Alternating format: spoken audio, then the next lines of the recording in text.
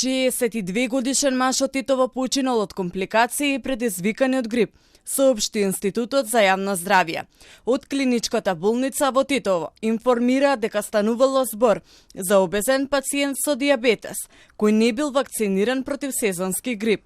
Пациентот имал симптоми 10 дена пред да побара лекарска помош. Последните 3 дена пред хоспитализација, неговата здравствена состојба значително се влошила.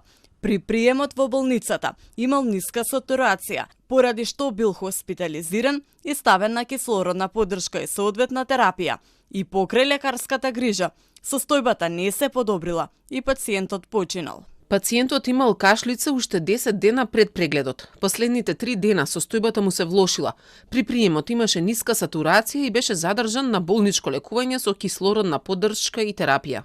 Инаку бројот на заболени од грип се намалува. Во петата недела од 2026 година има 1498, што представува намалување од 12,3% во однос на претходната недела кога имаше 1708 случаи. Најголем дел од заразените се на возраст од 15 до 64 години. Ова е трет пациент кој почина од компликации на грип сезонава. Претходно 75 годишна жена од Скопје и 69 годишен маж од Кавадарци почина од компликации на грип.